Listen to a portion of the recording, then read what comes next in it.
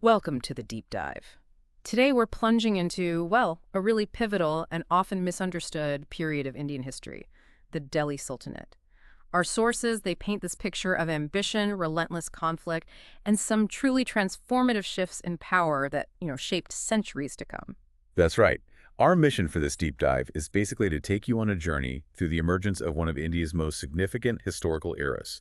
We'll try and uncover the key players, understand the driving forces behind their actions, and explore the, well, sometimes surprising impacts that still resonate today.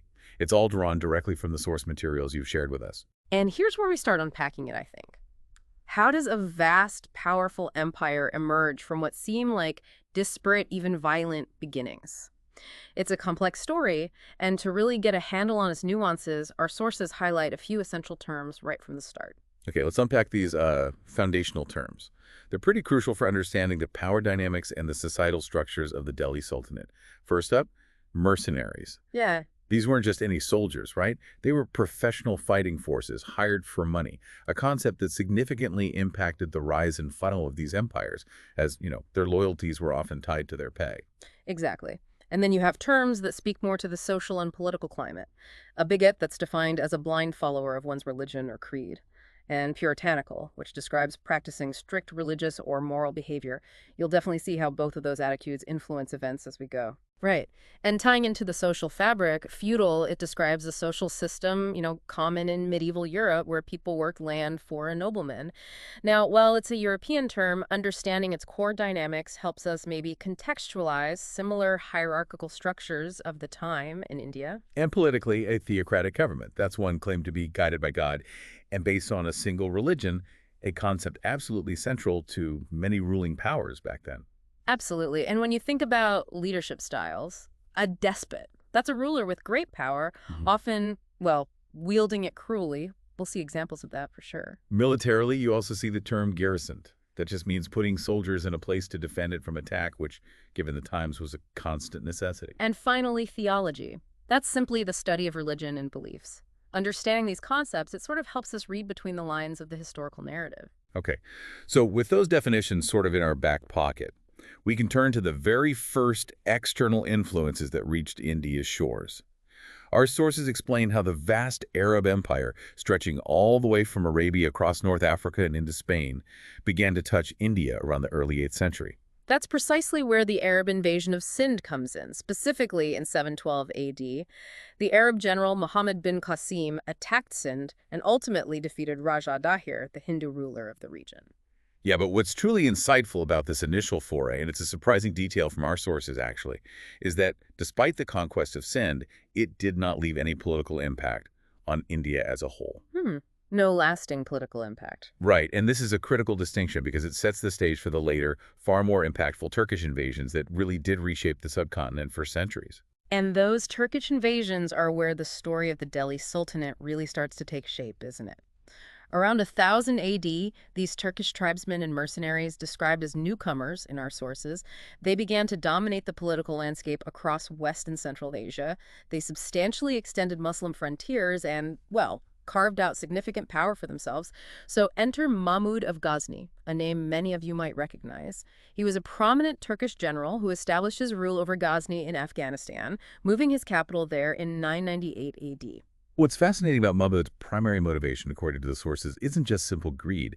He needed huge resources to make his newly established empire back in Ghazni prosperous and strong. Ah, okay. And state building. Yes. Exactly. He'd heard these vivid tales of the immense wealth stored in the temples of North and South India. So this wasn't just plunder for plunder's sake. It was a brutal, yes, but also kind of a strategic method of state building, directly linking conquest abroad to consolidation at home. And that strategy was aggressive, to put it mildly.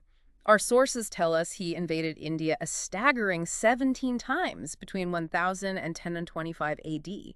That's relentless. a sustained campaign. It really was. And we see specific examples of this systematic plunder in places like the temples of Mathura and Kanauj. But the most infamous, and maybe the most devastating, was the raid on the Somnath Temple in Gujarat in 1025 AD. The Somnath Temple, right? The scale of the wealth looted was just immense. Our source specifically notes 6.5 tons of gold from the Somnath Temple alone. Even the beautifully carved sandalwood gateways were apparently forcibly taken back to Ghazni. Wow. So what does this all mean for India? The major consequence of Mahmud's relentless raids wasn't just the physical plunder, was it? No, not just that. It was that they exposed the weakness of Indian rulers, which, critically, encouraged other invaders to invade India. So it kind of opened the door, a profound turning point, a stark warning that, it seems, went unheeded. And that unheeded warning leads us to a significant gap, about 150 years, before the next major figure emerges, Muhammad Ghori. He was the ruler of a relatively small kingdom in Ghor, Afghanistan, and he captured Ghazni in 1173 AD before, turning his ambitious gaze towards India.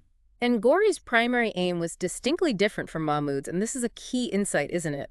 Our sources clearly state his goal was not plunder, but the conquest of India. He wanted to establish a vast, enduring empire. That's a far more ambitious vision than just grabbing wealth. Absolutely. A different game plan entirely. And he wasted no time, starting his conquest in 1190 AD, swiftly occupying Peshawar, Lahore, and Sialkot. It's striking, though, isn't it, that even after Mahmud's devastating raids, the small kingdoms of India, as our source notes, had not learned any lessons. Still fighting amongst themselves. Yeah, they continued to quarrel among themselves. This internal disunity just made Ghori's initial advancements remarkably easy, it seems. And this brings us to the crucial battles of Tarain. Now, in the First Battle of Tarain in 1191 AD, Ghori actually suffered a significant defeat. He was beaten by Prithviraj Chauhan, the powerful ruler of Delhi and Ajmer. Ghori himself was wounded. Badly wounded, the sources say, a major setback for his imperial ambitions. However, he immediately began full preparations to avenge that defeat. And avenge he did.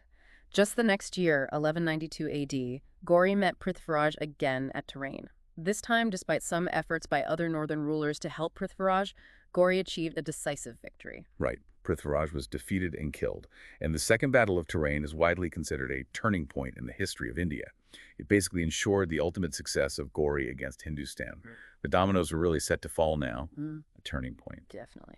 Following this pivotal victory, Ghori continued his conquests. He notably defeated Jaichand of Kannauj in the Battle of Chandawar in 1194 AD, eventually annexing Kannauj itself in 1198 AD before returning to Afghanistan. But what's absolutely crucial here for the future of the subcontinent is what he did just before he left. He made his trusted slave and commander, Qutbuddin Aibak, in charge of his newly conquered territories. This was the act that truly set the stage for the Delhi Sultanate to emerge. Right, passing the baton in a way.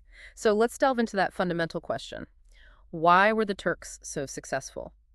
Our source material identifies several key reasons that allowed them to establish and maintain power for centuries. Well, the most important cause, as our source highlights it, was the pervasive disunity among Rajput rulers.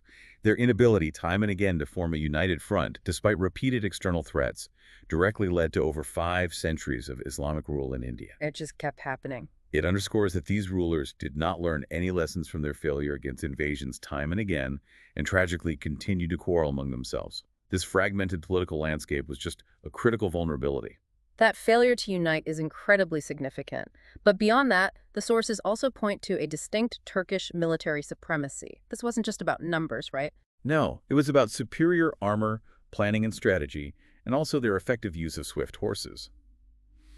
Indian rulers, on the other hand, were still relying heavily on slow-moving elephants and poorly equipped soldiers, and, crucially, failed to modernize their armies or adapt their tactical thinking. So a combination of internal division and external military advantage. And there's a third factor mentioned, their religious zeal. This is noted as an important cause of their success, too. So you have this combination of internal division, tactical superiority, and ideological drive, proving incredibly potent for the Turkish forces. And with that potent combination, in 1206 AD, Qutbuddin Aibak laid the foundation of what we now know as the Delhi Sultanate.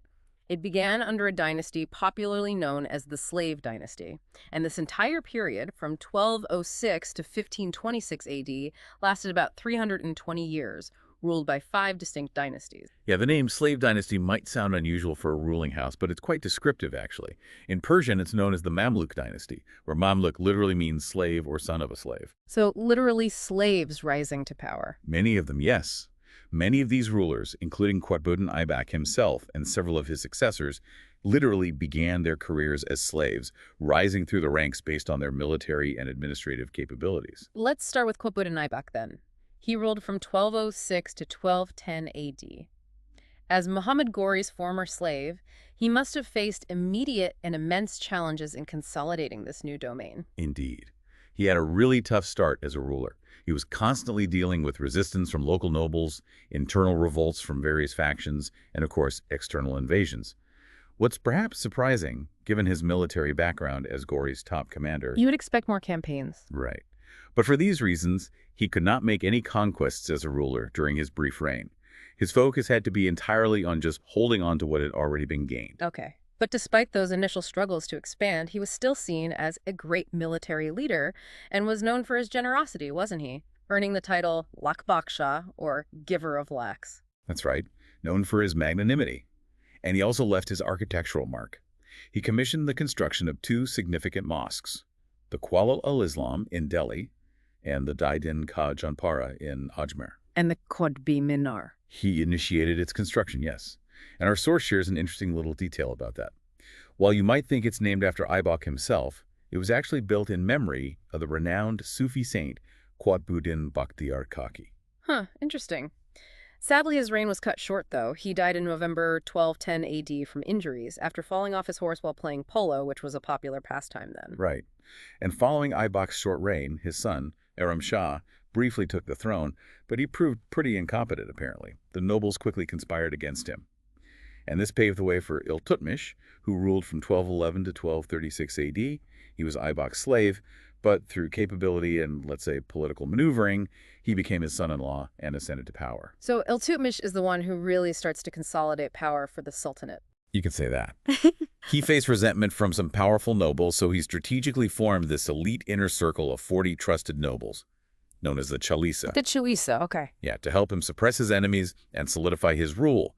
And, very cleverly, to further legitimize his position and win widespread Muslim support, he even secured formal approval from the Caliph of Baghdad.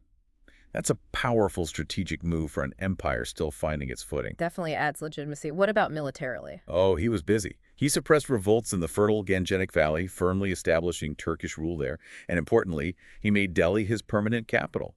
His military campaigns were extensive, pushing the Sultanate's boundaries south to the banks of the Narmada River, defeating Rajput rulers of Gwalior, Malwa, Ujjain, and Mandu. And here's a move that truly reveals Iltutmish's strategic genius, I think. He's credited with saving the Delhi Sultanate from a potentially devastating Mongol invasion by cleverly dealing with Genghis Khan. That's a huge aha moment, isn't it? It shows just how precarious the Sultanate's early existence was. Absolutely. A single shrewd decision potentially altering history. He also introduced a significant economic innovation. He was the first Turkish ruler to introduce pure Arabic coins, the silver tanka, and the copper jedal, a notable step in solidifying the Sultanate's distinct economic identity and asserting its sovereignty. And in what seems like a remarkably progressive decision for the 13th century, Iltutmish nominated his own daughter, Razia, as his successor. He openly stated his sons were simply incompetent to rule. Yeah, quite forward-thinking. So for all these contributions, establishing a stable capital, an official currency, fending off huge external threats, setting up a clear succession plan, Iltutmish is widely regarded as the real founder of the Turkish Empire in India for truly consolidating the fledgling state. Now, perhaps one of the most compelling and, well, tragic figures in this early period is Iltutmish's daughter, Razia Sultan. She ruled from 1236 to 1240 AD. Brave and capable, apparently, but faced immense opposition. Yes, and the core issue, as our source makes pretty clear, was deeply rooted in the societal norms of the time. The powerful Turkish nobles simply could not tolerate being ruled by a woman.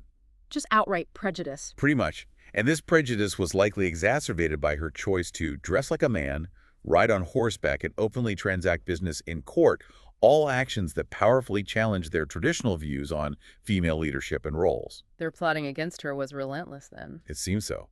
It eventually led to her defeat by Malik al-Tunya, the governor of Sirhind. Now, she later married al-Tunya in an attempt to recover the throne, but the powerful nobles continued to conspire, and she was ultimately murdered in 1240 AD. Her story is just a stark reminder of the profound challenges faced by female leaders trying to break gender barriers in that era. A truly remarkable but short reign. Very. After a brief, tumultuous period with some weak successors, including Nasruddin Mahmud, who apparently left most of the administration to Balban anyway. Balban himself a former slave like many before him, rose to occupy the throne in 1266 AD.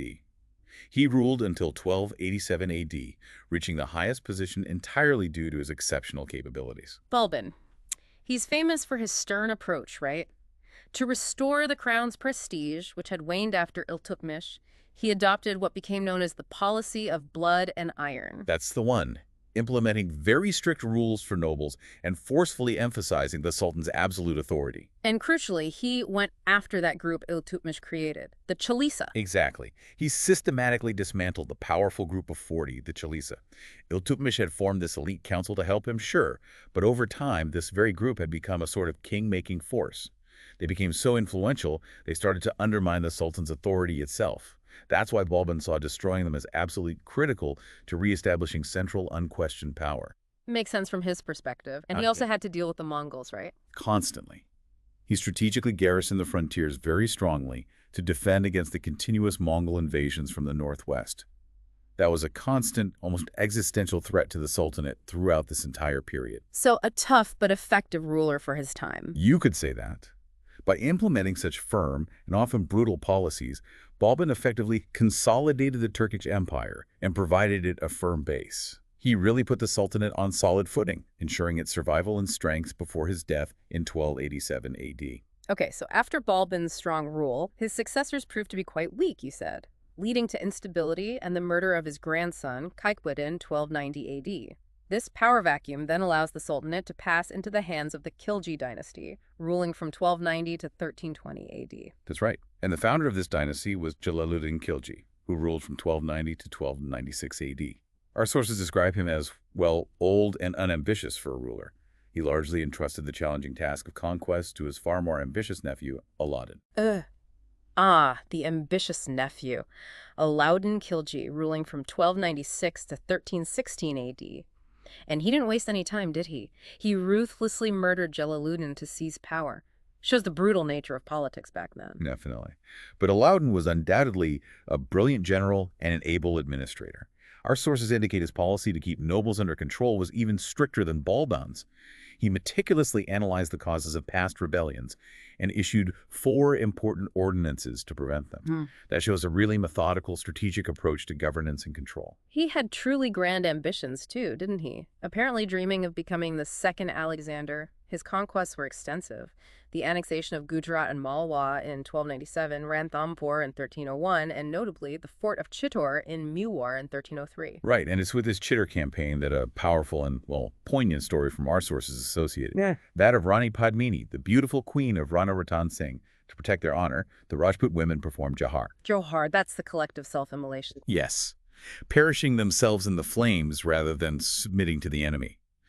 Alauddin did bring almost all the rulers of Rajasthan under his control eventually, but he allowed them to rule on the condition they paid taxes to him. A pragmatic approach to conquest, perhaps. Okay. Now, Alauddin Khilji's military ambitions were immense, but here's where it gets really interesting, I think. How did he fund all this? He revolutionized the Sultanate's economy, didn't he? He absolutely did. He needed huge sums of money for his massive army. So first, he levied taxes on wealthy people. Then he introduced 2 new taxes, a housing tax and a grazing tax.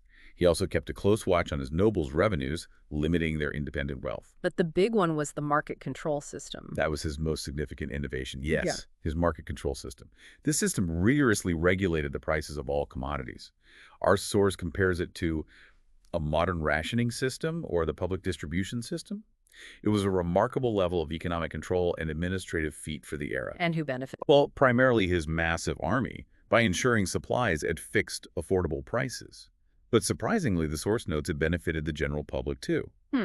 And his military reforms were just as advanced. Equally sophisticated and innovative for the time, yes. He established a permanent standing army, a big shift from relying on feudal levies.